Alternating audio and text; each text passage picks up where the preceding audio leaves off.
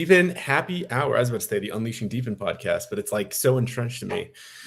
The crypto is choppy. The drinks are flowing. Deepin is here. We are here to have good conversations with the fine gentlemen that are here with us every week, minus Will, because Will is adding one to his family this evening, which is great. We're excited for him. Big love to Will for sure. Yeah, big love, guys. What are we thinking here? This is crazy times. Since we spoke last, we are now on the precipice of World War III. Trump has decided that for whatever reason that he has concluded that bombing Iran was the right thing to do with Israel. He hates us. Hot takes. No, I don't know. Brad, good or bad call? What's that? The Iran bombing. Oh man. You know, I don't have their intelligence reports, but I would say it's an unpopular decision. I'll say that much if you look at like the polling right now. So, you know, I mean, I can't say that there's too many people behind it. Yeah. But I think you got to look at like, why are you opposed and why are you for it? You know what I mean? Because a lot of people they're just opposed of it because it's Trump. You know, other people are like, I'm opposed to it, but it's bad for the economics. You know, other people are like, this is a great thing, but it's great for the people of Iran to actually get out from under this authoritative regime. I, as principle, am a pretty stark libertarian and do not think that we should be the world police that are out here to try and vindicate all the wrongs that have been done. I think what it boils down to is this is an economic play more than anything else, between the tactical moves against or the strategic moves against China. Obviously, there's kind of the oil piece in there with what he did with Venezuela. Now what he's doing with Iran. He's stepped in on your stream we had the other day, Brad, or the space you had. One of the things that you said to look out for was the insurance that is a factor in kind of ensuring these passageways through. There's like a strait right off of Iran, and says Trump had basically said, we're going to insure these things. Or he called to have the insuring of said assets that were moving through. So I think that's what it ultimately boils down to. But the problem is like, it looks like they're doing okay, but it's a war of attrition. And I'm not sure how long they're going to be able to hold out. I think it's going to ultimately turn into a quagmire that Iran just beats them based on the steadfastness of continuing on. But yeah, we'll see. I mean, look, it certainly puts China in a predicament, right? Like what we did between Venezuela and Iran, it cuts off nearly 20% of their oil supply that they're getting on the super cheap. So you can say he's playing 4D chess in that sense, but man, like this is going to be very costly. Not just like in money wise, but human life. And I hope that it doesn't drag on for a super long time, man. Like and obviously it's not great for markets either. Okay. Oil prices are going freaking bananas. I'll tell you what, I bought a little bit of Chevron. Look at this freaking chart, guys. Actually, let me pull this puppy up. Who we got in the house? Sky's in the house. Hey, Sky. Brad's already pivoting. He's like, all right, let's get off the topic. Let's go to the charts. Well, it gets a little political here. Look at the oil play on this. I don't know if you can pull it up. Who's got control? Got you. There we go. Oh my gosh! So Chevron, this is a daily. I mean, we can go back to a weekly too, but we just broke above an all-time high from back in 2023. So to me, here's my thesis and why I'm probably going to add more to this tomorrow, because I think we could see a breakout here. It's been tested now several times the last couple of days, but if all of a sudden you have all the oil, the black market oil that China is buying for super cheap, from Venezuela and Iran is now cut off. That bodes well for U.S. oil producers because they don't have to compete with that cheap oil at this point. And then, secondly, where are they going to get the oil? Probably turn to Russia, and I would imagine then that's going to force India to buy from the U.S. So, I think looking at some of the U.S. oil producers, and it didn't happen immediately, but I think it's a good play looking forward. And Out of all the charts I looked at, this is the one that to me seems like we could see a major breakout here once we do break through this level. So that's the one I've been really looking at. You can also look at XLE is an energy ETF. This thing's been going crazy. This one broke through a previous. Let me go to the weekly real quick so we can look at the super long time frame. But this one broke through an all-time high earlier, not that long ago. I mean, look at this. When was this? Oh, this is the weekly. So, like this year, we broke through this in January, and look at it, off to the races. And then there's another one, the XLE. There's another energy ETF I've been looking at. That's a 2x leverage, basically XLE rather. But both of these have high exposure to Chevron, so it's a way to kind of get exposure to overall energy plus high exposure to Chevron if you don't want to buy the individual stock. So that's kind of where I'm looking at right now, but not really great for crypto, I don't think, the longer this draws on. Brad, oh, go ahead. I was going to say, is anything good for crypto at this point? Because so far it doesn't care. I mean, it feels like the second that we start getting some positive headway in terms of price action, Trump just sends out a tweet and then comes crashing right back down. It's true. Over. Yeah. It's not a bad assessment. I think the whole situation is incredibly layered, very complex. Tyler, I'm kind of the same opinion as you. I think this is all very much a shot at China. The attack was on Iran, and but they were indeed supplying China with super, super cheap oil. So this is kind of like part of a larger plan, probably, to attack BRICS and kind of, get the power back towards the United States. But I hear you about, is it really the United States' job to be the police of the world? I don't know. But yeah, tons of layers here. That said, we do, as you go down in the layers, right, that Iranian regime was evil and torturous and for sure. Just done so much damage to their own, to the region, to the world. I know many Iranians were very happy about it. I felt the same way about Venezuela. People who were in Venezuela felt incredibly relieved. Like there was no shot of any real liberation ever happening in either of those countries if it were not for the participation of the U.S. Many other countries maybe also could have helped, but no one did. So, yeah, certainly a lot of layers to here, and inevitably fucks the market, fucks us, and for some reason also fucks crypto. I had a guy ask me yesterday. I was at the gym and he was asking about what I do, and I just usually sometimes will say I'm in crypto or whatever, and he was like, "Yo, but like, what's up? Is this the time? Like, it's down so bad." And as I said out loud, it's a flight to safety. It's kind of crazy to me that that's not what we've seen in the markets. Like we've seen a lot of uncertainty around Bitcoin. A lot of people obviously throwing their capital over to precious metals, trying to play that market, and not seeing anything substantial, right, from Bitcoin.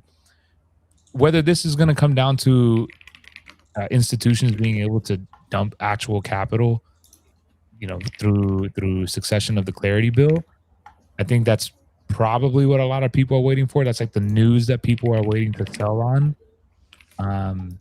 But yet we stand, It's risk off. Bitcoin is treated as a risk on asset still. It doesn't matter if we want it to be a safe haven asset. It's not there yet. It's just not. Like, so when you have oil prices going up, it's self-evident at this point. It's like it's just not. Like we can say all day long, like, yeah, it's going to be like digital gold. Maybe it will, at some point, but it's not there yet. And when you have oil prices going up, now you have inflation fears coming back. And if you look at Polymarket, the odds of rate cuts are dropping significantly because inflation's coming back. So of course, the downstream impact of that is crypto is going to sell off. Yeah. If it was a safe haven, you'd expect it to pump a little bit on these bad news because everybody would be flocking over there. But What's Americans' track interesting- record of regime changes is not great. That is Yeah, not great. accurate, factually accurate. I don't think it's great with boots on the Absolutely. ground. I think it'll be interesting going back a little bit more to what we've done, 20, 30 years ago as far as foreign policy goes. So we'll see. Well, I don't know. It's going to be interesting. What is interesting too is that gold and silver also have kind of sold off, and that's because everyone's flocking to the dollar. You talk about the strength of the dollar. Like this is Monday. Well, this is Friday before we went into Iran, and then Monday markets open. Like, look at how much DXY is up. Like the dollar has strengthened significantly, and I think part of that has to do with the oil situation. They were transacting this oil outside of SWIFT and outside of the US dollar. Now all of a sudden, like a lot more oil, I think, is going to be traded using the petrodollar again. I think that does add strength back to the US dollar. So I think that's certainly part of the equation. But as DXY goes up, we've seen generally crypto doesn't do well, and as DXY drops and people flock away from the dollar, yes, you do tend to see crypto and risk on assets do well, but you also see gold and silver thrive in those scenarios. So really no asset class is safe at the moment besides oil.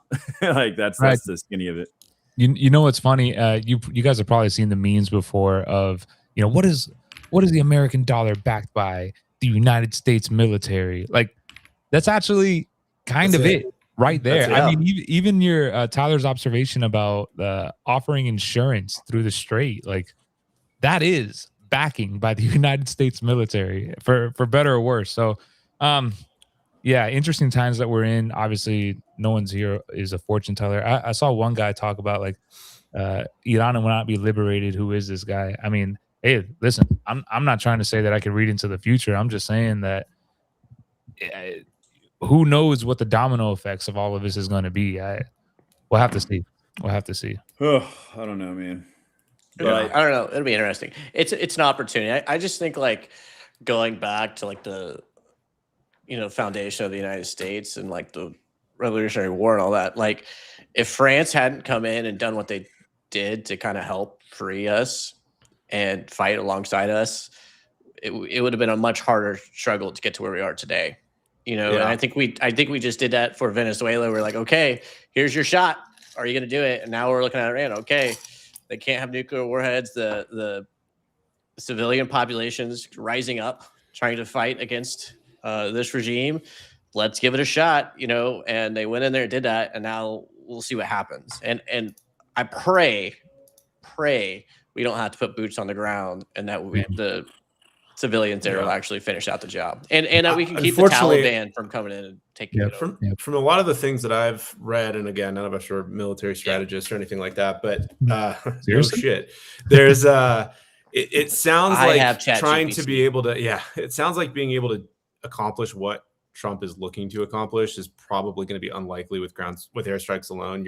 They're likely going to need boots on the ground at some point to be able to finish the job or whatever. And that's why a lot of this comes down to kind of a war of attrition, but we'll see. I did want to comment real quick on one of the posts, institutions selling crypto to buy GPUs. I don't think they're selling crypto to buy GPUs directly, but I think there's quite a bit more appetite in spending CapEx towards GPU resources or mining companies pivoting to AI, because right now it's a little bit more financially lucrative to run these models than it is to mine Bitcoin, for example.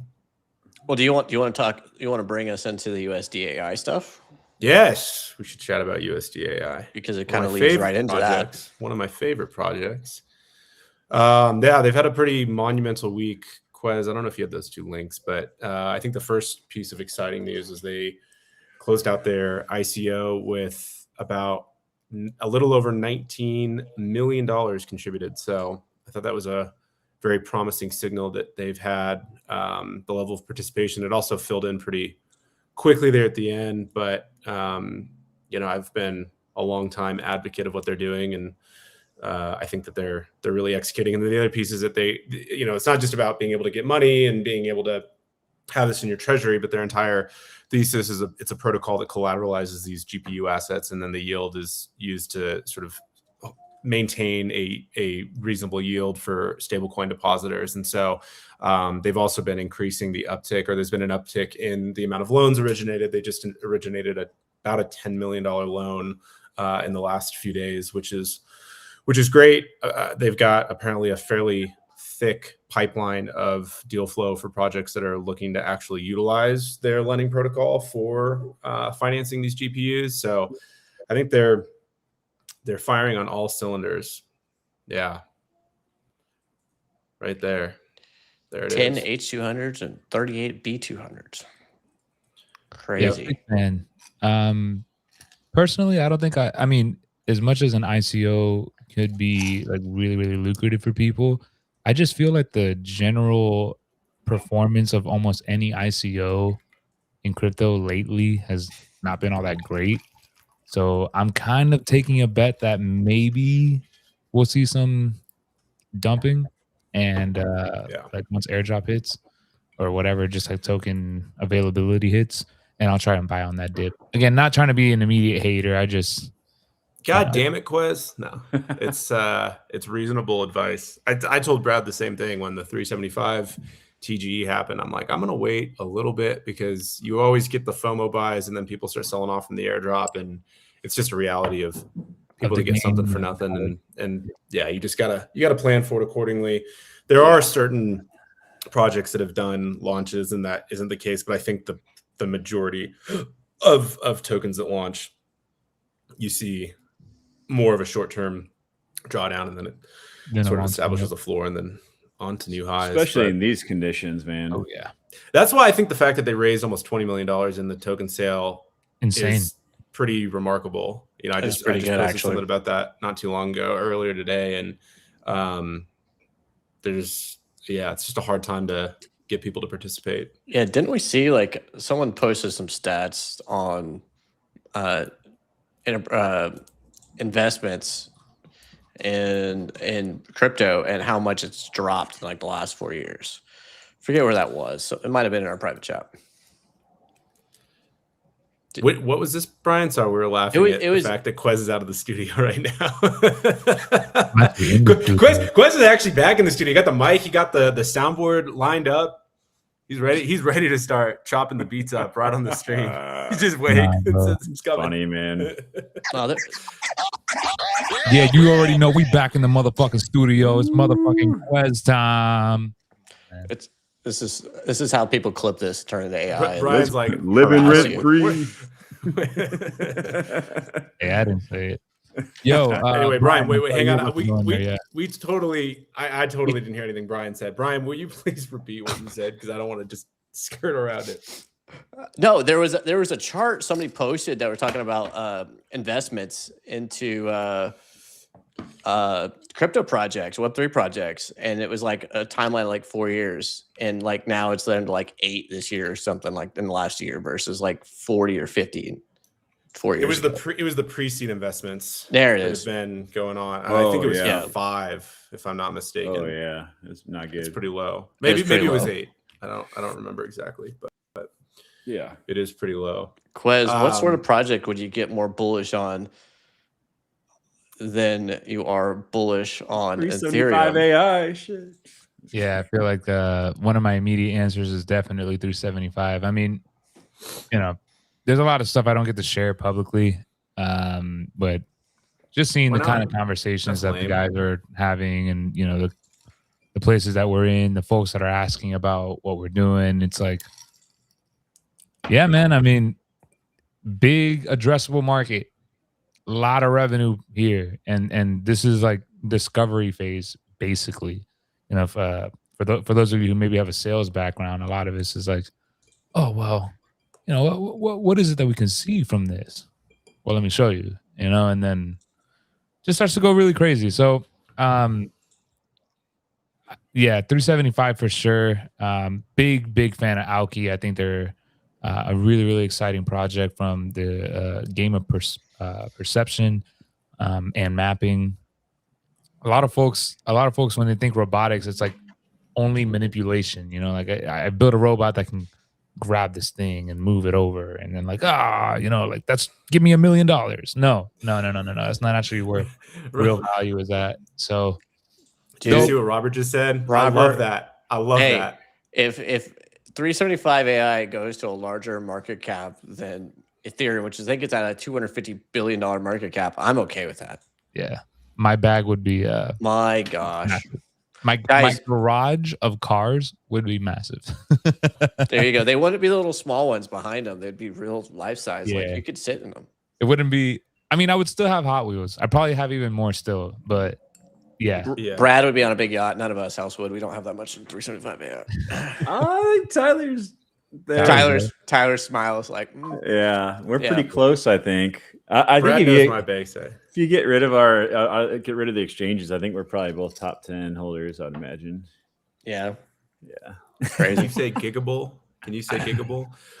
Speaking of cars, there's been a couple of other interesting Deepin news and events that have happened, which was so obviously last year Demo had kind of a big shock and awe with some of their announcements with the subscription, some other things around the tokenomics, and so we just saw that two of their co-founders are basically stepping down, and they're letting someone else come in and run the show. And now that we have Joe here, we can have Joe talk as much shit as he possibly can. No, He's but good at that. I think that's going to be the first of many. This is Joe right here. This is Joe in my right here. opinion, I'm done with the game. I'm uninstalling right now. This is Joe. Dr. Disrespect. Anyway, I I think got this is the going to be the reference. next phase that we're seeing with a lot of Deepin projects who are at the end of their life cycle, but they haven't fully gone out of business yet. And so they're going to start pivoting their leadership to someone else who can run parts of, if not the whole show. And I think that's just going to be a sign of the times. And it's a little bit wild because, a year and a half ago, a lot of the projects that are in the position today were kind of the leading names in Deepin that everybody was looking at and talking about. And so I think Deepin is going to be the first of many. But I think when you look at a graph of businesses and revenue over time, the ones that produce good revenue are generally 5, 6, 7 year projects. You know what I mean? That's where they really start hitting their stride and running. So it's about survival for those first 5 years. It's about survival, but I mean, yeah. in these cases, survival There's is one different thing, aspect but you with have to Deepin. have some traction, some product, some semblance of. And you can't this just give is all gonna your be a tokens thing. out, and hope to fight back. Yeah, So yeah. generally, you're not and- giving away equity massively. Well, you are, Yeah. but you're getting something from it. You're not just giving it out for free. So Yeah, It's got to So move I the think- needle. I think mean- it's got to move the needle. But this is the first of many, in my opinion. We got a lot of discussions today happening in the chat. Also, Tyler, I know you wanted to discuss helium here in just a little bit. I'll bring that up after. But I wanted to answer, has 375 announced any buyers or done any buy and burns? No, we have not announced any of our larger partners. I know that most of the Deepin community only has a grand total of 10 brain cells to share amongst everybody. But if you rub them all together, one of the immediate buyers that you can think about is Outfront Media, our actual partners. They're not just a partner for launching, but they actually are purchasers of the data as well. But your follow-up question, which is great, congratulations, you're the one with 9 brain cells. No, I'm just kidding. Damn, Quez. No, I'm just fucking with you. I'm fucking with you. Have not done buy and burns. A big discussion that we've been having internally is whether whether buy and burn, and maybe not even just internally. I think a lot of the Deepin community has also opened up to this. Is buy and burn the most effective mechanism, or is there a better strategy with buy and hold and then providing on-chain liquidity? I think there's more attractive discussions to be had there. But Trivia, man, I do appreciate the question. Haven't announced yet, but we will be rolling out some big news here soon. So pretty I excited. do like the approach of providing liquidity. Maybe if you said you're going to take 80% of your revenue that would go towards a buy, maybe do 40%, and then 40% that goes towards the token, 40% that would go to liquidity, and then the parallel amount of tokens at the 40% rate you put as a staked pair for providing liquidity. I think that could be interesting. Liquidity or staking fees. There's a lot of interesting stuff they can do there. I towards people for sure. Sorry, go ahead. No, I was just say to me, The They can open stay market liquid. buys, I think, have, especially in the early stages, far more of an impact than the burns. Like I'm not convinced that like GeoNet, for example, that their burns and having like 3% of their supply gone has had any impact on price, but I do think that their open market purchases have. Yes. So, and The I buy think, value doesn't really come into the equation until like way down, or sorry, the burn value in the agree. equation doesn't really come down until like way after any length of deepen project we've seen yet. Yeah, I 100% agree. And yeah, I think the buys though are necessary. And like no one's like shown me a tokenomics model that has convinced me otherwise at this point. Yep. Yeah.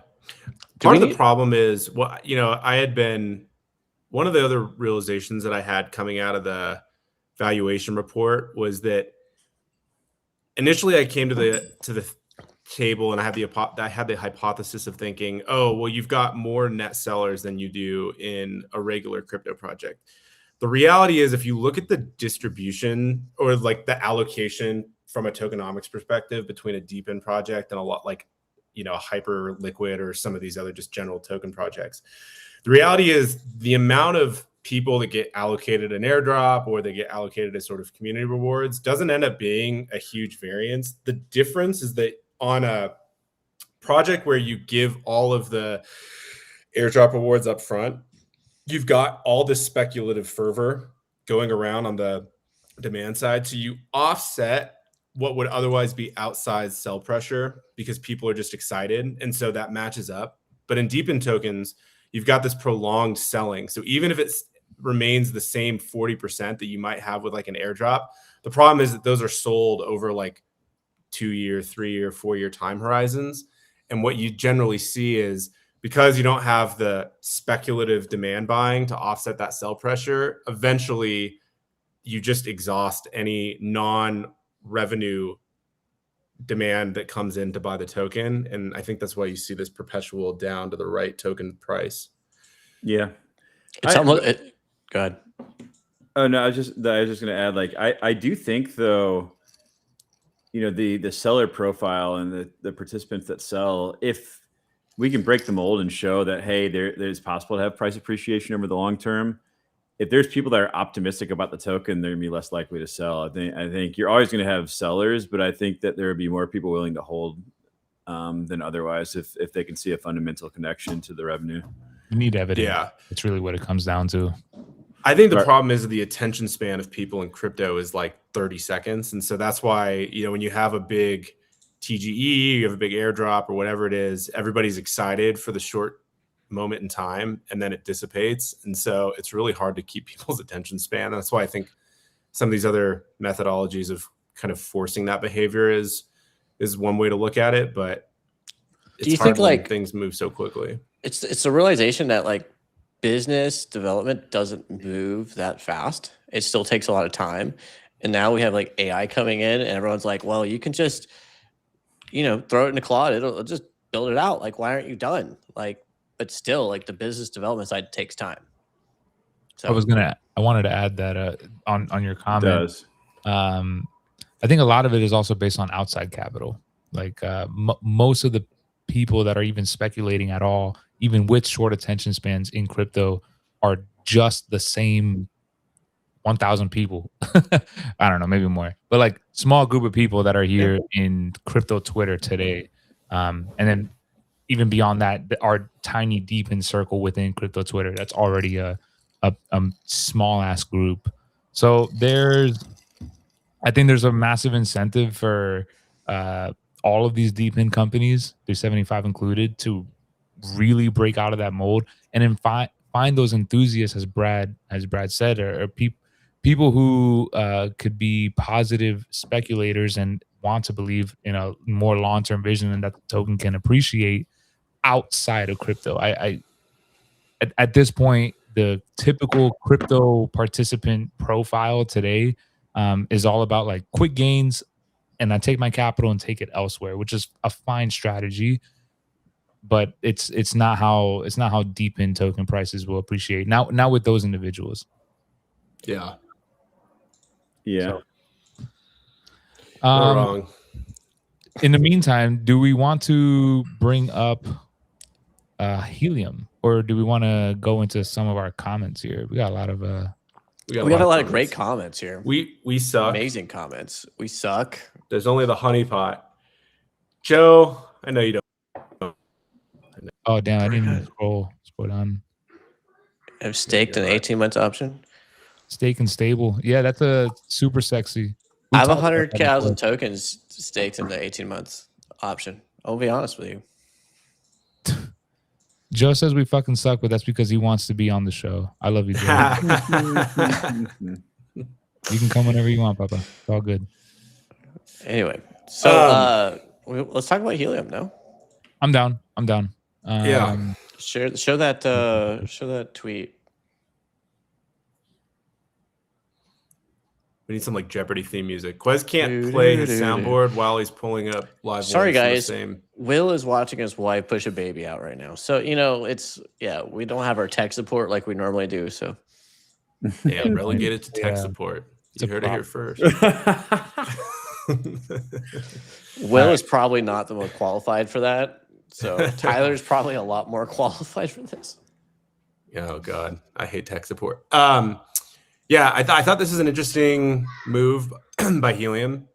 Candidly, I think this came like 3 years too late or 2 years too late. I think they should have done this a while ago. But I think that, if you've ever deployed at scale, the tools out there were really not great. They weren't ideal. They didn't really solve the problem the way you needed them to. I haven't played with this yet, but I do think it's a step in the right direction to make the accessibility of deploying at businesses a little bit more obtainable, just because they've addressed like the primary points of friction, which is being able to do splits really easily. You can share without needing to have the kind of the wallet or the crypto piece. You can abstract a lot of that. You can just show them a QR code. So I think it's a great move. I wish they would have done it a couple years ago when I was building out my initial fleet. Would have made life a hell of a lot better. But yeah, it would have prevented a lot of paperwork, honestly. Like paperwork, using like 3 different tools. I told you guys that I had to go out and like effectively try to roll my own solution because I just couldn't get what I needed out of any of the services that were out there, and that was a bunch of time I didn't really have to spend on this. So we'll see if it moves the needle for them at all. I'm glad they finally did it, but it's interesting that the conversation of like sell pressure, right? It's almost like a good split of like issuing out a stable coin and that you would initially sell because upkeep, and their speculative token would be a decent idea. But anyway, sorry. Yeah. Squirrel. My brain went. By the way, Joe, I had given my prediction for the all-time high of Helium, at least for this year, was that I think we've already seen the all-time high of HNT. Mm-hmm. I don't think it's going any higher than it already has in I think that's $2026. What price was it when you said that? I think it was like $1.50. I think it went up from. I think it went up higher than that, didn't it? Yeah. I think you guys are wrong. I think it was up. All right, I think pull it up. I was gonna say someone's got the record because bring the receipts. Bring the receipts. Yeah, the receipts are there. I think it went up. It got up to $1.70. Wow, damn! Eat my own words. Shockingly, I think it was like $1.20, $1.30 whenever we were making these predictions. Well, let me see because it's on my bold prediction space, so I can see what the date was on that. Huh? God, we're all screwed here. Yeah, I lost this one. Okay, it's like basically, yeah, we hit $1.60 January 2nd, and it hit $1.66 on February 18th. All right, fine. I guess I will lose, but I'm not going to lose over pennies. So I was mostly correct. Wait, what was Brad's prediction?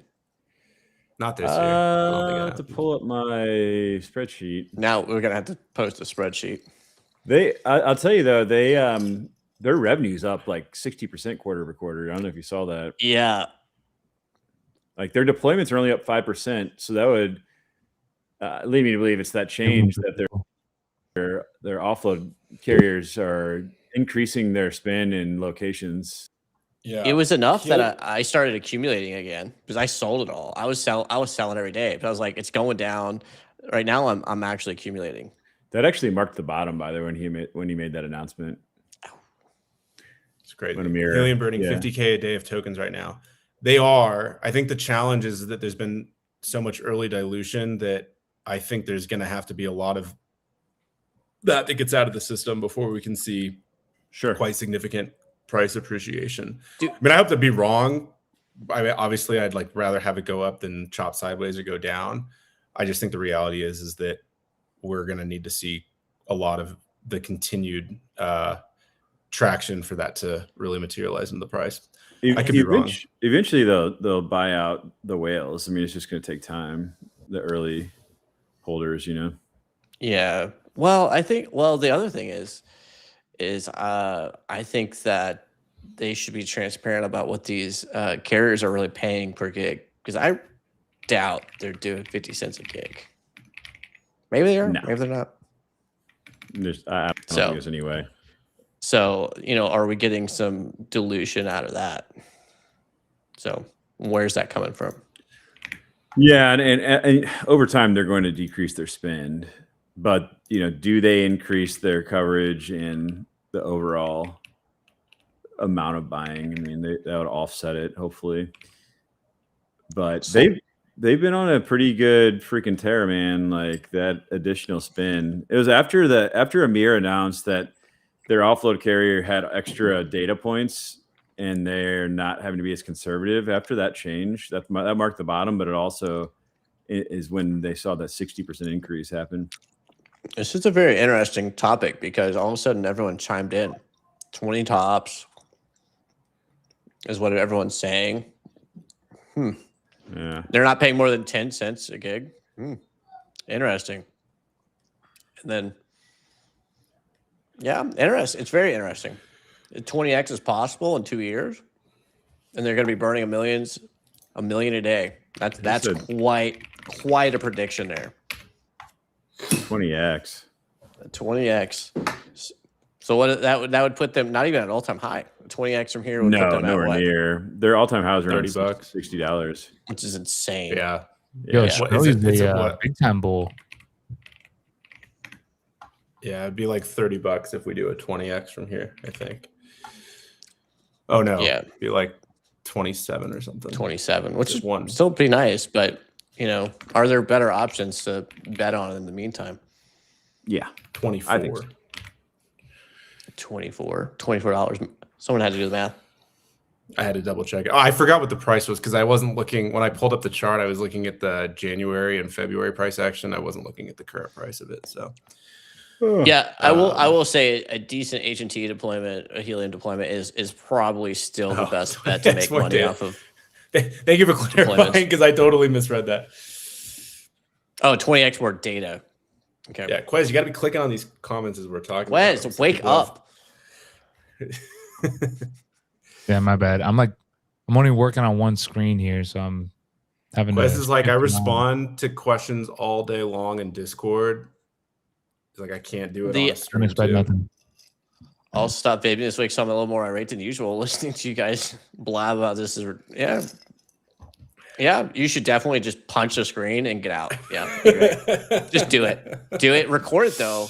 Please record it. I'd appreciate that. I'd use it for content. Brad, so you have some great interviews next week, right? You have Spexy. Who else do you have? Spexy would be the space next Tuesday, and then I got Glow the week after that, which Tyler's interviewed Glow before, but it'll be a good discussion. But those are the spaces. So I'm trying to think. I've got video interviews lined up with some more projects as well. So Brad, you should ask the Glow people what they think about daylight and start some beef. I already know. You already know. You want to share? I know how I feel about them. I think that they're doing something that's going to be pretty difficult because they're moving to the Illinois market. They're in residential, which the incentives are starting to be taken away.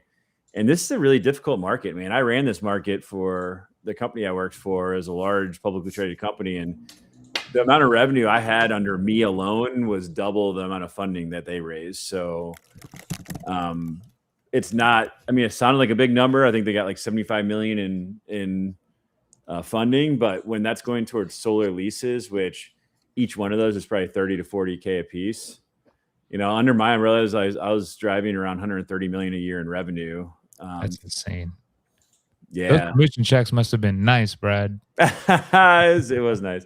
I mean, I had like probably a couple thousand sales reps under me. So it was a lot, man. It was a lot of training. It was mostly working with business owners, but I was responsible for training all of them. I was not responsible for managing their day-to-days, but my phone was like always blowing up off the hook and putting out fires all day. When you have that much volume, it's just like nonstop nightmares. But what they're trying to do is come into this market, which is a very complex market. You got to deal with local incentive structure. You have to deal with HOAs. I mean, these are home improvement projects that have electrical included. And it's a freaking nightmare, man. And then you got to deal with roof situations and people freaking getting injured on the job and people not showing up at the right time for their surveys. And it's just, there's always one headache after another. And then the other thing is I'll say, because I had, had the top sales groups in the state. I was like, I can introduce you to these guys, but what does your commission structure look like? What is, your credit requirements? What do they look like? And it's like, you guys aren't competitive. Like I can't bring on these sales groups to you if you're not competitive on your product. These sales guys, like the way they operate is, they're knocking doors and they sell freaking all day long, and they're going to do the path of least resistance. And if they're used to a process that's working for them, they're not going to change their process unless they can make more money. Yep. If you can't make them more money, they're not going to adopt your product, that's the bottom line. So I think they have an uphill battle is what I'll say. And if they can figure all that out, then they could do well, but it's going to be tough. Did you offer that feedback when you spoke with them? Yeah. And the sales manager is like, yeah, I talked to that sales group. He told me the same thing. Like the credit requirements are too high. There might be like niche cases where they go with us. And I'm like, yeah, like that's a tough business, man. If you're trying to scale some real volume, that's a really difficult position to be in. And it's hard. Yeah. And you got to have guys that are willing to knock on doors. Yep. And most people don't want to knock on doors. Dude, I agree, but these guys, Shkreli said they're machines.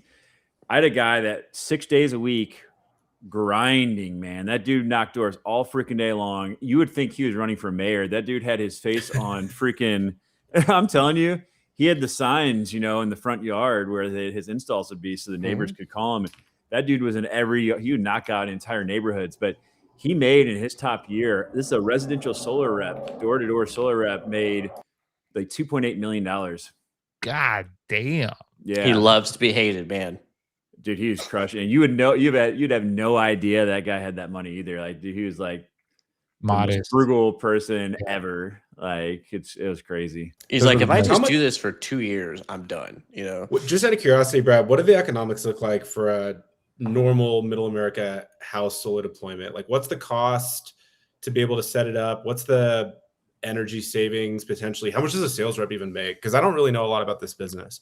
It's a 40 to 50% profit margin, baby. 50% of that. So he's making about 20 to 30% off of the freaking sale. It changed a lot. So I sold in the Midwest and I sold up in the Northeast, mostly New York for a while. And like when I came to Illinois, the commission structure had increased drastically because we had Sunrun come in and this company called Vivint. And they started giving out aggressive commissions. So we had to be competitive. And these are solar leases. So you go to a homeowner, say their electric bill is like $300 a month. You could essentially put them on a solar lease where they don't pay anything out of pocket. Our investors would pay for the install. We were teamed up with Bank of America. And we'd have partners that would take the tax credits. And instead of paying $300 a month, your new bill would be $220 a month. So you would have no money out of pocket. You would save right away. And then you could either be put on a fixed rate lease, so $220 for a 20-year period is the length of the lease, or there'd be an escalator, so you could be put on a 2.9% escalator, for example. And the whole thing was like electric rates have gone up by more than 2.9%. So you're still, coming out ahead. The commission, though, is a lot higher, obviously, on the escalators because your financiers were getting paid a higher payment over time. So it made a big difference over the course of that lease. But I would say the commissions were pretty high, man. Like they could make anywhere from $5,000 to $15,000 on a sale. Wow. So when this dude's what would the total up, capital cost be for doing a installation? Like, is it $50,000 for a normal roof? Yeah, I mean, I think at the time we were probably like, well, you got to think of the solar leases, and this is actually one of the things that David Vorik is working on in why they're being very effective. So the tax credit on these systems is a percentage of the total system cost. Okay. So what you're seeing, that varies state by state, right? Or is that a federal? It's a federal incentive, but it gave incentive to inflate the cost of the system to get a bigger tax credit, especially if it's a lease, because the homeowner at the end of the day is not paying. They're paying monthly. They're not paying for the system. So you could effectively increase the system cost on the books to get a bigger tax credit, right? Yeah. And then as long as it nets out as a savings, the customer's none the wiser. So what Vorik is doing, he's like, listen, they're taking projects that aren't with Glow, that aren't penciling out, that are on fringe cases, and they're kind of closing that gap. And he's like, but in doing so, they don't like if they don't qualify for incentives, we can come in and basically give that incentive, but they don't have any reason to want to inflate the solar cost. So we're making it a lot more efficient too, and keeping the cost down. Yeah. But to answer your question, the average system was like, let's call it 40 to 50 grand probably. So the commission structure was crazy high. I mean, when I was selling solar, I had some great years where I was selling, 10 systems a week. I was cranking, dude. And dang, dude. Yeah. Oh yeah. I had some good years up in New York, but our commission structure was like, not like that. It's like, $2 to $1,500 to $3,000 a sale. It wasn't, we weren't making like pretty good, $5 to $15K per system. So guys, he was making 30 grand a week. Let's just talk about that. Is that the math checked out? I mean, I had some good years up in New York. That's some pretty good. That's some pretty good cash, man. Yeah, I mean, not every week was like that, but yeah, I had some good years up there. And then, but here's the problem: is like a lot of the solar coasters, the incentives are really good in a place for a while, and then you kind of eat through those incentives, and then, then the incentives are really good somewhere else. So we call them storm chasers. Like, you see like that with roofing, right? People go to these neighborhoods after hailstorms, and they'll sell these roofs, and then no one can find them. They just go to the next neighborhood or the next place they don't honor the warranty, and they're just gone. We see that a lot with solar. They chase incentives, and then if you have issues, those businesses are fucking long and gone. They run their business sloppy. They go under. They're gone within a year, 100%. or two. It happens all the time. That's why we always talk about like, hey, I work a roofing company on the side, and it's like, we've been around for 15 years. We're not, we have a 10-year warranty on workmanship. Like if something goes wrong, you don't like something, we'll come back, we'll fix it. It's not a big deal. But if you go with those guys who are just as expensive as we are, and oh my gosh, what's going on in insurance right now is insane. I bet. And we just got a notice from ABC Supply Co. Prices for roofing materials going up 6 to 8% beginning of April 1. So nice. Get ready, guys. Insurance is going up. Yeah. I will say, out of all the interviews that I have done, Brad, the one that I probably had the hardest time like really keeping up with was the Glow episode, because there were so many concepts that, like, as much research as I could do ahead of time, I was out of the loop on. Whether it was the carbon credit component and like kind of digging into the tax or a lot of the fraud that happens there, and then the differentiated model, some of the tokenomic stuff. So I'm excited to watch your conversation, because you've got so much more subject matter expertise on that space to be able to really dive in. And I had a really good. I learned a ton during the conversation with David, but it was one of those where I felt like as much preparation as I had done, I still didn't really know enough to have like a super in-depth conversation with him. But he's freaking really smart, man. Yeah, he's like next on another level, like brilliance. But like, I'm still trying to wrap my head around what they're doing with their liquidity pool. Like, they've got some weird like calculation with their liquidity pool to keep the price stable. And I watched a video on it earlier. I need to like really wrap my head around what they're doing there. But it's pretty cool, man. I mean, they've got a lot of solar projects financed now. It's only like a $6.5 million market cap, and it's not even like on Coin Market Cap or CoinGecko yet. Like, they have not publicized it. So when I was meeting with him, he basically said like, yeah, he's like, this is probably, you look at the financials here. He didn't say it's undervalued, but said as much. Like, it's probably something to take a look at now before we start really marketing this thing. It's like, says every founder about his token. Yeah. I think they're a little bit unique though. I think they're because they are like, if you go and look at their actual, because we did a podcast episode with them. What's up? They're UK only. No, that's a different one. Nick and I spoke to them pretty extensively, huh? He was a co-founder of SIA. I think he was the co-founder of SIA Coin. He was an early Bitcoin OG too, I believe. Yeah, Brad, Bitcoin do you at like think, $3. Do you think the regulation side of solar is going to be a really big problem, or the energy in general is going to be a really big, hold up for DPINs that are focusing on energy and in general?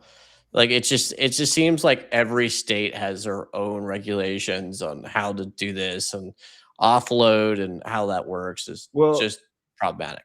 Yeah, running a solar business is very difficult, especially across the country, because I ended up managing like 10 different states, and it was a freaking wrapping your head around all the regulation, the different incentive structure, like permitting processes. It was the nuts.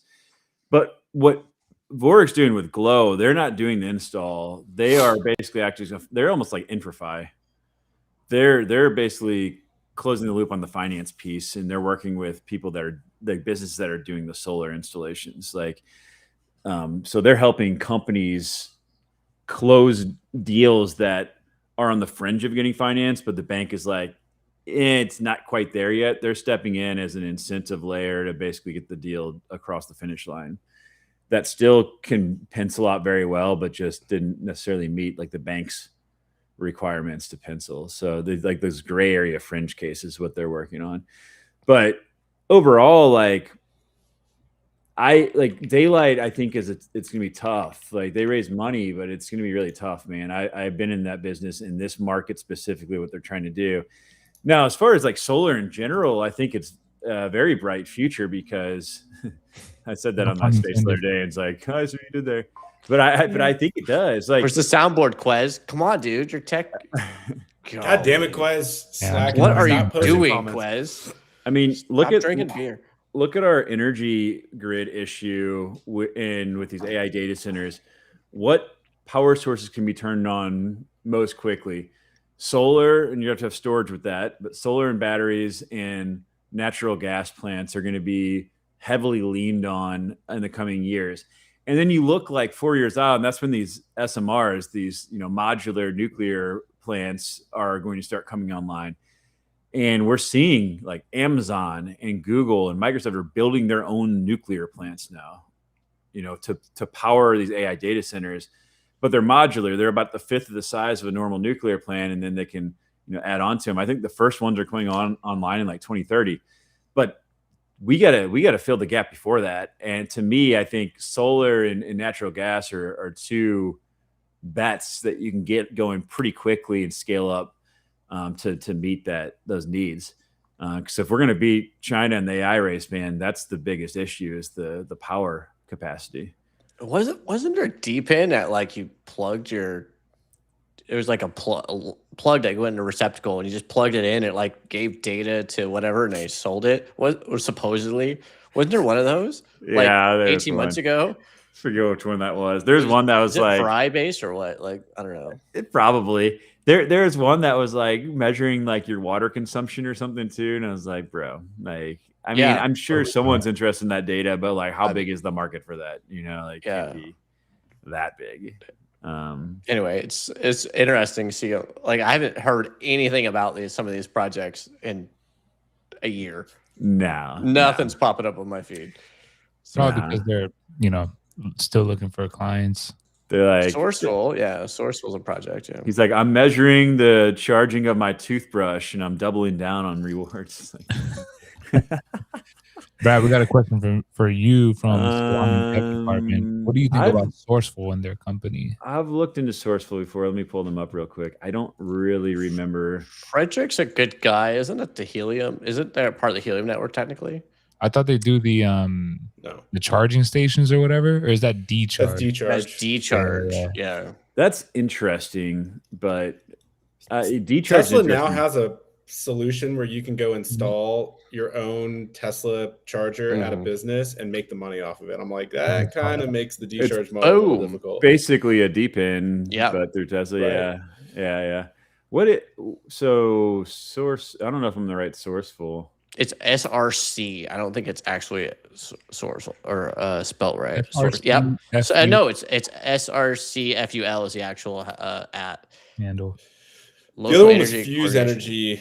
Nick and I talked to him a couple times. Nick was really excited to get them on the podcast, and I just got too busy to do an episode with them. But they're also kind of playing that, but they're specifically in the EU right now. But they're a little more. They're kind of like in between the Glow model and the. Did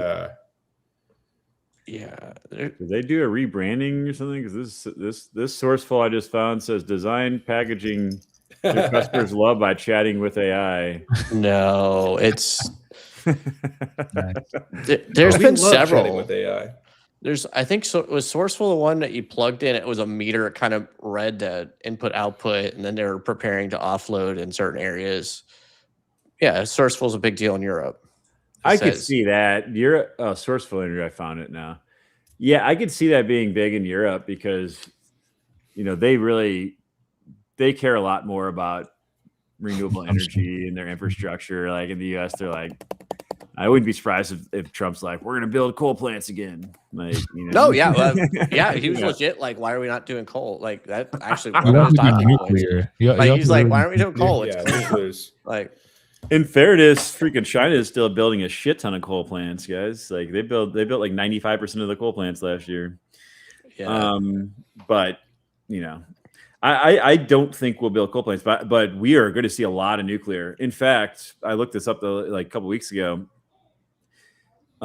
India and China are building a ton of nuclear, but if you look at the proposed projects in the U.S., there's like 40 of them right now that are in the process of being proposed. And they're not quite in the planning stages yet, but I think we're going to see a lot more nuclear. I think like energy depend is actually like underrated. The problem I feel like is regulatory environment.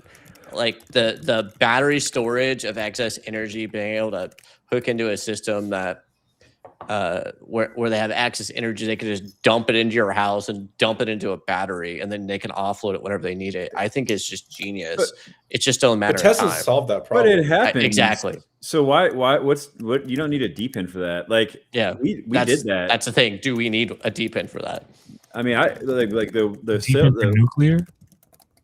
No, just like never solar. Yeah, It's for like nuclear. Every military person in Iran right now is like, yes, we'll join your D-pin for nuclear. Because like in California, we were already doing that. Where like you store your power during the day and then you push it out to the grid at peak times to get the most value out of it and get credited the most. I mean, that was kind of the question I asked Daylight. I was like, so what's deep? It sounds like you're just a solar lease company, like selling kind of like what my sales rep sold. Like, what's deeping about it? And they're like, well, we're still kind of like figuring that part out. Like, it's going to be like a referral system. And I was like, why are you such a hater? It's like Quez is such a hater. Why? It's so funny. Like, why are we using the term D-pin then? Like, just like you don't have to pretend. Just I thought you were a big proponent of the daylight model, though. I'm a proponent of the Are you? daylight model. I've never heard that before. I thought you were. I feel like you've been really excited about them in the past. No. What I remember, what happened was I signed I up for more. remember. No, I remember I signed up for information about daylight, and they never got back to any of my inquiries. Like I just gotten into, bro. We had just started this show. Yeah, never that got was back- right I'm about an the elephant, time I that never we were forget. talking. Yeah, we were hearing a lot more about sourceful daylight. I think there was like actually like here like fractionalized solar panels in Europe or something like that. Like you could buy those. So I had a anyway. company on the podcast called Renergy that was doing something like that, where they were selling fractional ownership. It was mostly in India though, but Oh God. Sketchy. So is Dabo legit or not? question everyone Brad, waiting for. Who is since Will's not here, we can, in Dabo? I want to see him launch their freaking token, man. You know, like here's the deal. I have no reason to think that you know, any real reason to think that they're not legit. Like they're at all the events, like they're very active. It's not like they just, and they're not, it's not like a lot of people are like buying more hotspots right now with the market down. So like if it was, you'd think they just like take the money and run at this point, but no, I think they are legit, but some of the metrics are crazy. I'm Yeah. like, I want to see their token launch and see this stuff get on chain, and then I'll feel better about it. Just has been delayed. And it'd be one thing if they were the only ones that were delaying too. Like if we were in the midst of a bull run, there's a lot of projects that have delayed their TGE, but the longer it goes, the more you're like, okay, like what the heck, man. Theirs has been a long time in the making too, because they sort of teased it at the end of 24 when they really started ramping up the sales for season 2, and they're like, yeah, the TG's right around the corner. And now it's like a year, almost and a half later, and it's like So many right, guys. projects have just delayed it just because they're like, Like the market kind of sucks. Why Wingbase, would we launch a token in this? I don't think Wingbase is ever going to launch a token. I mean, they pretty much made it sound like it was likely that would be off the table. They should have delayed, or they should have launched it a year ago. I agree. Yeah. They've been literally, it's been what, 18 months? Like I bought the since I deployed GeoNet the device. Wingbits miner specifically, and the thing that I was a little bit frustrated about, I mean, it's frustrating they haven't TGE'd yet, but I had to wait. I could have got the normal GeoNet miner because they were available. This was in November of 24, December of 24, and I waited until like March or April of 25 to get the dual miner, specifically because I'm like, well, you might as well. You can double up. And then I waited longer, paid more, and I'm going to probably not get a whole lot out of it. But I still like what they're doing. I hope that they don't abandon it altogether. Competitors entered the market. That's, I think, the big issue. You have right? 40 Sky they got in. I guess Maybe that'll make them want to put a token out there. They got funding though. So didn't they get like $6 or $9 They million? raised like in funding? 9.7 mil in total in Yeah. aggregate. So they did do right because they added RTK or GPS, whatever, to their spots. So they grandfathered it, and they paid to send those dongles to every single one of the people that deployed. I really did appreciate that. They didn't make us. Well, buy they did them. have a USD redemption phase. I mean, Oh yeah. I don't. Yeah, look, I think it's. I get why you'd be hesitant to want to launch a token right now, but I think But if eventually you just have to do it. It's just the right thing to do. yeah, Shkreli just had better competition. I think maybe that'll push him. Shkreli's he's pretty big on 40 Sky, right? Shkreli, I don't want to speak for you, but I feel like I've seen you post a lot of stuff about them. He's like risk on for every deepen. So if it launches, he's buying hardware. Risk max. Yeah. I like watching, like they have good social media. I like watching both 40 Sky and whatever the other one's called, Wingbits. Because they do talk about like current conflicts and what's going on, and like if a plane goes down or something, they're like, hey, we actually tracked it to here. It's very interesting stuff, but it'd be good to, see a token behind it. Yeah.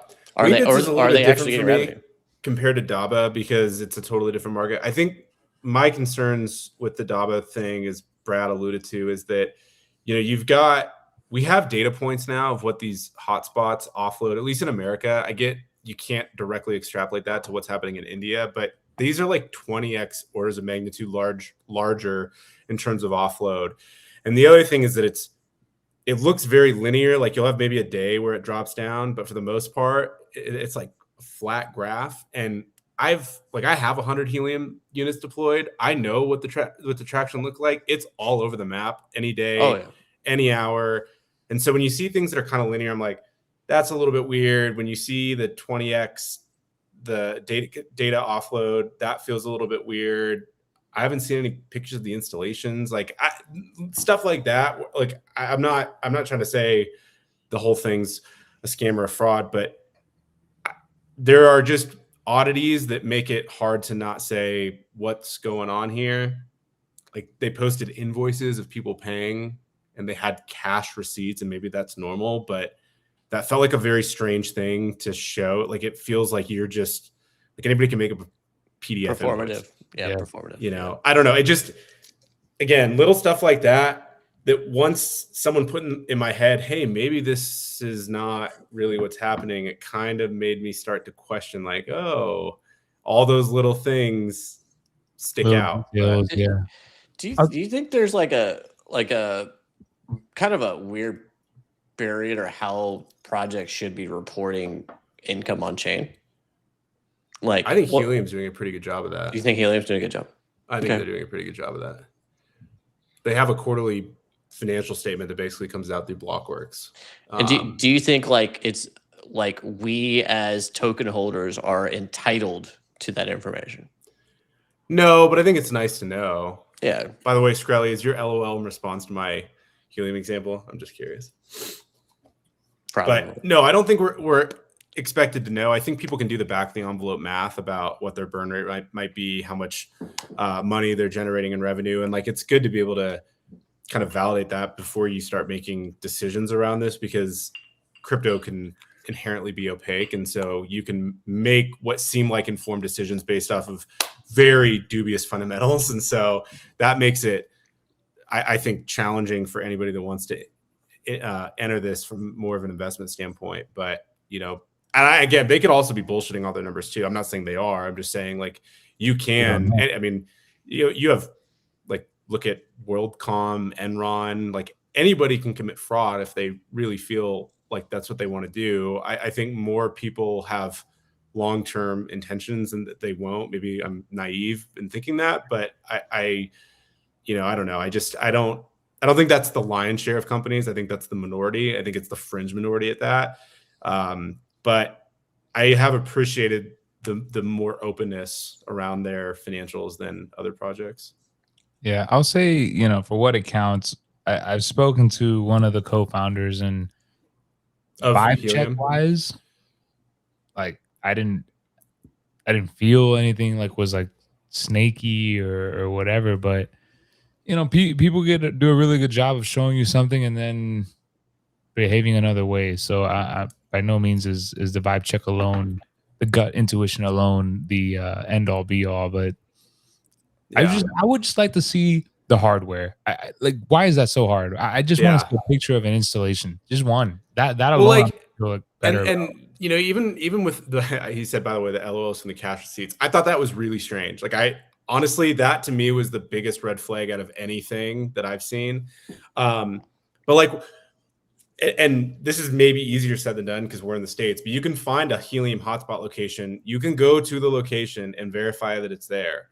India is a pretty damn big place. Has anybody gone and like verified that any of these hotspots are like, I haven't seen it. And I'm not saying that that's the test or the barometer to pass, but I'd love for someone to go look at a location and be able to connect to the internet. I don't know. I'm going down a rabbit hole, a conspiratorial rabbit hole, putting on my tinfoil hat. And I like, you know, Kamir, I think is his name, for the CEO. He seems like a very genuine, nice guy. I appreciated that when they were going through some of the last minute tokenomic decisions before they delayed their TGE, they were thinking of like the redemption pool, and they were asking for feedback on how to structure that. It felt like he was really approaching it from a, how do we try to structure this in the right way for the community? So, you know, that also weighs on the other side of the equilibrium, if you will, but it's bizarre. Well, do you think that there was a little bit too much? Pin Skrelly's comment before Brian continues. I was gonna say for like Daba, do you think like there was too much of a push in the States to buy and deploy hardware? Because it just kind of feels like, hey, we outsource a lot of stuff to India. Let's outsource this funding to deploy hotspots in India. I don't know. I just saw. I didn't drink the Kool-Aid, so I just didn't invest. So my hairstylist is it's on a rotation basis. Depends where I'm traveling at the time. I need a haircut desperately bad. Thank you though for pointing that out. So when you walk into a hairstylist, what do you tell them? Be like, all right, this is what I need in my head. Right? Shave the sides of my head, trim off a little off the top. I don't out of your hair. What do you exactly I need a tell haircut, them? but Be like, all right, I need like a one on the side, like fluff it up like a kind of blend it. I keep the coif going a little bit shorter in the coif. back. Is that the phrase? It's a coif, baby. Okay. But first time. But yeah, Skrelly, I haven't seen anyone posting their service. I think, frankly, the first thing that I was concerned of was just the amount of offload traffic compared to other DY hotspots that you see in the States. And it's pretty easy to calculate both the mean and the median of what these hotspots are deploying. And so, Brad, what's so funny? I think this is supposed to be an install picture. So just zoom in a little bit. Yeah, hold on. Let me get you guys. Hey, that looks like top-notch wiring in India. Oh, is man. this a joke or no? This is legit. Over here. That's a legit post? Yeah. Are you effing kidding me? All right. Let's see here. They got a double laser module. What the frick is that? Am I even following Daba? I know they posted some of their LCOs. It's I am. Well, we follow each other. That's good. They're hanging out there. There's one of their but are they installed or are they just kidding? Yeah. I don't know, man. I do wish they had more pictures of their installs, but I'm a skeptic until I see the token launch and see what actually happens. They also have like 75,000 installs at this point. I think it's even more than that. How many did Helium have? 100? I don't know. So the last time I did an analysis on this, the Helium number was like, I don't know. Let me pull it up. It was on the actual units that were deployed, it was quite a bit less because 75% of them were conversions. Yeah, that's right. There are a lot of conversions. So so right now there's 127,000 total global hotspots, but a large percentage of that are conversions. I don't remember how I arrived. He said that on the space data. Remember on the space, we asked him how many conversions, and he said it was like 80% or something like that. Yeah. So they've deployed as many as Helium. I don't know. It just wait. They have a burn. Like scroll up. They have a burn. Well, activation fees for token burn. So they're already saying they're going to burn $750,000 in activation fees. That's what they say when they have TGE. But they have like 762 million Genesis token rewarded. So, that's total bandwidth consumed. It's not a good number because I'm looking at the daily on Helium. Anyway, but like if you look at this kind of stuff, times 100% on every device, like. A part of me wants to say, okay, maybe this is just the sheer volume of people. Like I know, I've never been myself, but I know in India there's a fuck ton of people. Perhaps that's what it is, right? Like I don't know. But they do have 1.4 billion people there. They're doing a petabyte and a half of data. Yeah, and like they've got installations in houses, so I think that was a big differentiator, if you will. But I had a Helium in my house. I think I still have it actually. And like the amount of offload doesn't- traffic was still a fraction of what you're seeing on this. So anyway, I don't know. I'd really just like to see a TGE or get, maybe a refund for my hotspot. They do a lot of marketing. I mean, look at this marketing. Look at this. Check this out.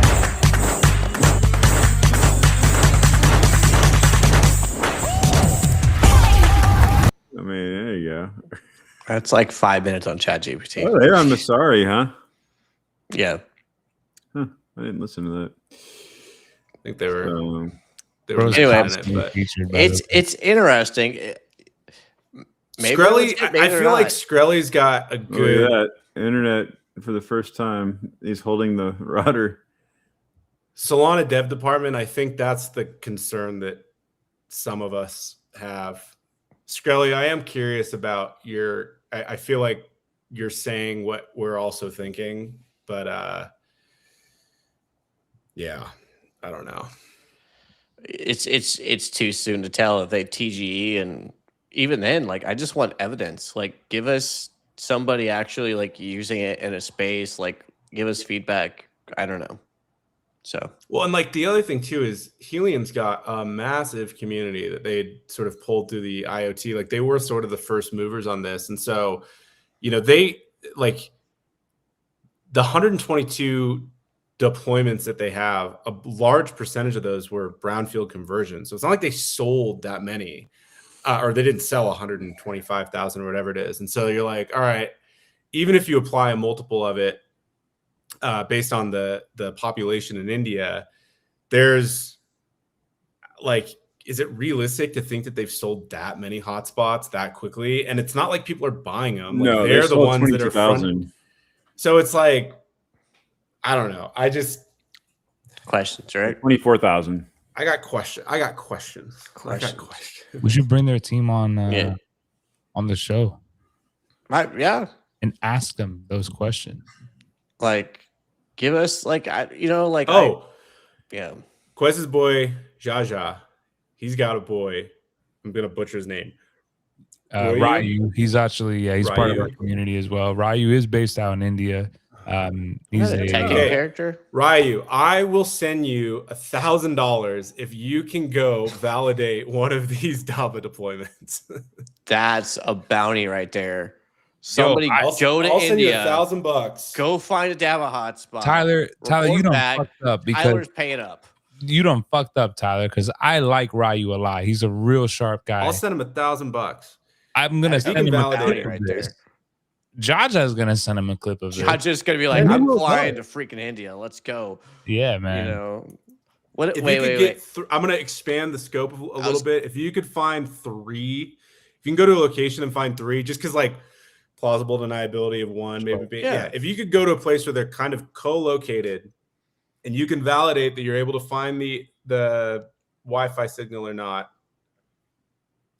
you got to do Yeah. it. Can you offload on them? Yeah. Okay. Bonus points if you can actually find the actual hotspot. You can go to And- bars and stuff. Like, I can tell you where locations are in the U.S. that you can actually go see the Helium hotspot. Mhm. Right. You know, I could do the same thing with 375 edge nodes. Hey. Gotta you. go. Anyway, Gotta go. well, They've been posting a lot of pictures of your installs. Yeah, man. Shout out to Mike. He's the one doing all the social media management and all. But dude, our deployers are out there. Personally, I thought they would have prioritized over this last like 2 months or whatever to be in Miami where it's warm and it's not as hard to do the installs. But they decided, hey, why not try and do installs while there's like 15 blizzards hitting the Northeast? Probably And higher value. that'll be a comfortable experience. I'm sure about New York 60 feet off the ground. New York data's got to be higher value. for It's got sure. to be business. In based. Miami, yeah, for sure. When are they going to do deployments in Texas? Because Soon. I mean, I'll tell you this, it's all about like getting those first 50 deployments all off and then or whatever deployed. And then after that we could do our second round sale. Places like Dallas, Chicago, Seattle, like these and many other major cities like also very, very highly interest. So are they going to do fractional ownership of those? yeah. Yeah, we will for sure. Yes. For sure. I talked to Harry about it like at great length. And literally out of not even just out of my own opinion, just like as my responsibility as a community manager. Like I get hit up so frequently about people wanting to do fractional ownership. I have a responsibility to share that with my team. Like Yeah. You know what would be sweet is if I could just stake my tokens to the fractional ownership of that, and then the rewards would pay me back. hey, you're not the first person to suggest that, and Or- I've also voiced that exact structure. I don't think it's a bad idea. So You, know, I'm just not the guy to make the final decision. Just put the DHH crew down for one for deployment. one, yeah, split Yeah. 5 ways evenly. Call it a day. That's right. you missed it earlier, Quez. I saw you were in the Empress space for a minute there, but I went on about how I feel like 375 AI is a merging of DeepIn and Infrafy. Yep. Oh yeah. But what's I talking about? Oh, when I first interviewed Harry, he said there's one group that wanted to buy like the first 50 edge nodes, and he's like, we have to keep it like decentralized. Like I can't sell all of them to one person. There's one. I've group that heard wanted to buy them. more than one project say that. Like they've had a big investor come in and like, hey, I want to buy all these devices, and then they're like, no, like it's got to be decentralized. Yeah. So The only one I've heard about is 375, but I think Harry Deep did said mention that on a podcast. I won't drop names. Yeah. I think a lot of people Have they are actually also- launched hardware, Brian? That's the real question we need to be asking about Mhm. these companies that are pre-selling devices. Yes, actually, you own one. But yeah. I own Yeah, one. speaking of which, Deep. shout out to my boy Rob, who is heading out to Target tomorrow. I am going to just take a quick second to hijack the show. If you guys don't know, we are doing a pilot with Target and Kind bars. And as part of that, if you have the latest beta application, the beta version of 375 Go, you can walk into big box retailers like Target and scan some in-store data for us. We're effectively paying out about $1 worth in eat per photo.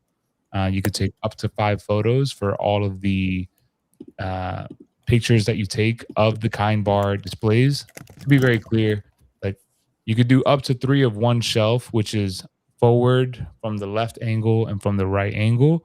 And then if there are other displays of the Kind bar elsewhere in the store, we'll also pay you for that. So and at today's prices, not that I'm anyone to discuss prices, that's about $5 per store. I think it's one of the easiest ways you could stack eat today. I don't know if that's going to be any easier than that, especially if you're already regularly making a trip to the store anyway. So yeah, if you don't have the iOS beta, let me know. I'm happy to send it to you guys and get you activated. So yeah, sorry, just had to hijack there for a sec. Show away, Quez. Yeah. I did have an interesting comment come through. Quez, if you can pin it. This from Zhao. Yeah. Gel Paulo. I spoke with my GeoNet installer in India. He contacted Dob immediately and said they weren't trustworthy based on their calls. That was already a few months ago. The plot thickens. The plot thickens. We will see, guys. We will see. Time will tell, you know. But you heard it here first. Tyler's offering $1,000 bounty to someone that can verify deployment. Three deployments. 3 deployments. If you, Three can, if you can deployments. verify that. Yo, I mean, look, I don't. I bought a lot of deployments, or I bought a lot of hotspots, and I'm already considering that as just a sunk cost or just kind of a write-off at this point. But I think, you know, the reason why I really got excited about Deepin a long time ago was because it felt like the first time that we could turn the corner in crypto in terms of being able to do something that just breaks the norm and actually kind of intersects. And like, again, I don't want to make accusations that aren't warranted, but it does feel like having being able to say, hey, this is very clearly a net negative for the space. If it ends up being illegitimate, is a good vantage point or it's just a good thing to kind of call out. So let it be known. Skrelly lost $37 at Target, apparently. You should tell Target, hey, you're being very successful at driving business through our D-pen. Yeah. Like, hey, I will say I've gone there multiple times. I've bought a Red Bull every single time I've gone to Target. So gotta leave your wife or girlfriend at home, man. They love Target. yeah. And if you know, Target is not even Target. Oh yeah. Anyway, well, we've been on this for an hour and a half. Woo. So do we have any closing remarks? Because people's wives are getting cranky. I don't know who that could be, but do we have a baby yet? We need status report before we leave. I actually haven't heard back from Will yet. I'm pretty sure we are important enough in his life that he would stop what he's doing and text us if a baby arrived. You haven't heard back from Turquoise? I'm reviewing the chat. At Will. He sent a video. With him and the missus. I don't know if she was like already. No, he was literally doing a market analysis on the tracking screen for contractions. No joke. Like in heartbeat. Like, oh my gosh, I was rolling. He didn't message you in your private chat, Quez? In my private chat? No. We have to do an update. Let's see. We'll give him like 2 minutes. D-Fin gives crypto a purpose. Yeah. It should. It's That's why I got excited about it in the first place. Mm-hmm. It gives it hope. And it's had its ups and downs. We're on the down, ready to go back up. Yeah. All right, final takes from everybody. God. Let's get to it. Who's gonna be first? Tyler, why don't you start off? I'm just gonna reiterate my bounty request. I want to see if you end up having to pay that out. Dude, do we I need hope I to have to. should we know message this guy Zach personally. X whatever his name is and be like, hey, investigate this? Yo, I'm telling you right now, I know Ryu personally. He's been part of our community for like 2 years now. So see it through is all I'm saying. If you're holding it up for real, like see it through because that's a good dude. Liz, I don't know what kind of guy you take me for, but I just know you're rich. That's all. I know you're rich. no, and you no, like no, to play no, golf. no. Yeah. Yeah. I'm excited for some of Brad's upcoming conversations. I always like learning more from a different point of view. The one fun thing about getting to chat with people is that you kind of have your own perspective on the questions that you want to ask and the things you're interested in learning about. And so it's great to hear other people who have different points of view be able to ask questions because you learn things you wouldn't have otherwise thought to ask. So looking forward to it. Looking forward to learning more with Glow, seeing how their updates are coming along because they've clearly materialized quite a bit more than when I first spoke with them. So those are my final takes. Brian, Be a skeptic. That's my closing take.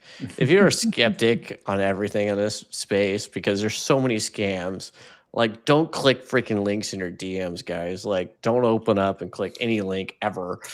That would be my big thing. I thought about DABA. I was looking at it. I was like, this it's really cool, but I'm like, let's look at the economy of India and like, what do I feel like they're actually going to pay per gigabyte? I'm like, a penny? Like, you can get a haircut for like 10 cents over there. So I don't think this is for me. I just didn't do it. So, be a skeptic and everything's a meme coin until proven otherwise at this point. So bar. That's a clip. Brad. Welcome to crypto, Brian. You finally became a skeptic. Oh, I've been a skeptic since day one, brother. Have you? I Have you, Brian? No. Not as much as Tyler. Tyler's a little bit more of a skeptic than me. So we'll see. Well, yeah, man. Thanks for joining, guys. Appreciate you all. And I know Quez lives rent-free in your head. We see it each and every day. That's in all 10 personalities. Yeah, just keep grinding, y'all. I think I think we still have more downside, frankly, before things bottom myself. I hope I'm wrong, but we'll see. But there's just a lot of uncertainty still in the markets, unfortunately. So we'll see, man. We'll see. But there are brighter times ahead. I think some of these projects are going to go freaking crazy. Just one quick comment here from Rob. FYI, can I give some praise to GeoNet for a sec? Sold a subscription to USDA, and they are loving it. Nice. Hell yeah. Love that. Love that. Yeah. Awesome. I don't have anything super crazy to close on. If you guys have been looking for a new thing to test, you're still antsy and excited about all things Deepin, give me a shout, especially if you're on iOS here in the United States. Would love to get you on the beta for 375 Go. Yeah, and as always, man, we're all very grateful, super grateful that you guys are popping into the show, hanging out with us. And of course, even whether you love us or you hate us, we still love you, and we're glad that you're part of our show. So, come on. Ooh. This is specifically for anybody that's still hating out there, Young Puss playing war games. He wanted love, but he only made more pain. Young Puss playing war games. He wanted love, but he only That's it. made We'll see more you guys pain. next week. Picture my soul climbing out an infinite hole. Deepin Rangers Unite. Live for the dough. If I survive, then I'll strive to hit with the flow. Hoping